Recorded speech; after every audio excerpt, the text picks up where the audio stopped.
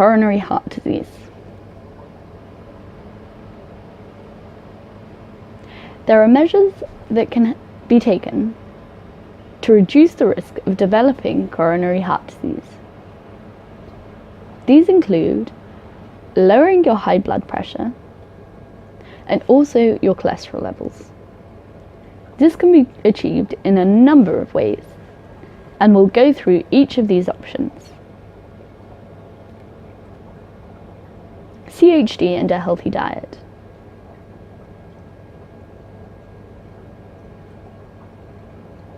The first approach is to develop a healthy, well-balanced diet.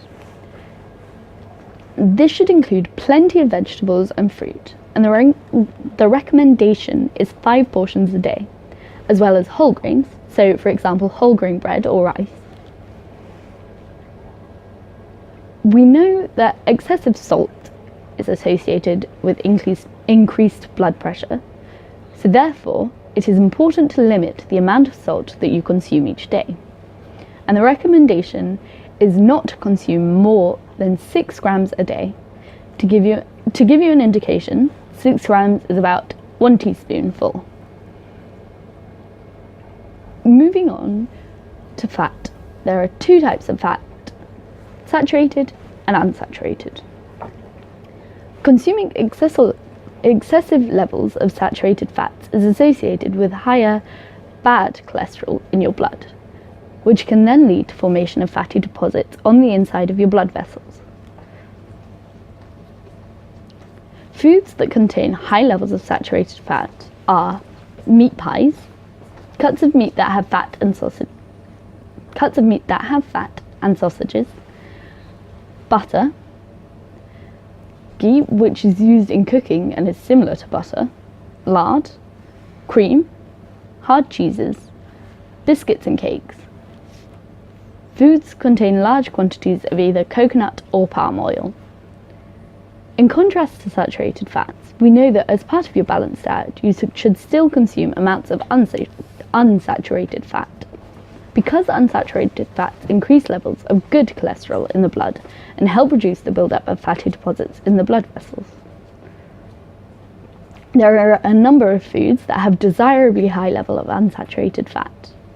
These include oily fish, avocados, seeds and nuts, olive, rapeseed, sunflower and vegetable oils. Given that there is an elevated risk of diabetics going on to develop CHD, a healthy diet should try and avoid containing too much sugar. CHD and regular exercise.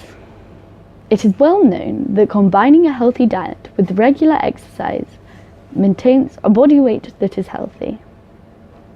This in turn makes it easier for the body to maintain a healthy blood pressure as opposed to high blood pressure. We have already discussed the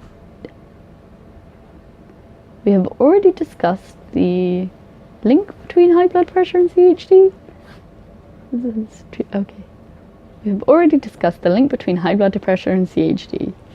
A lifestyle that incorporates regular exercise needs a healthy heart and blood circulatory system, as well as having reduced cholesterol levels and blood pressure that is not raised. CHD and body weight. I've covered body weight in the obesity module. Briefly, the body mass index, or BMI, is used to estimate whether a person has a healthy body weight or is overweight or even obese. Have your BMI calculated by your GP. Alternatively, you can visit a number of, for example, NHS UK, and input your body weight into an online BMI calculator, which will then inform you if you may be overweight or obese. Having a healthy body weight is important because people who are overweight or obese are more likely to have a high blood pressure and therefore are at greater risk of CHD. CHD and smoking.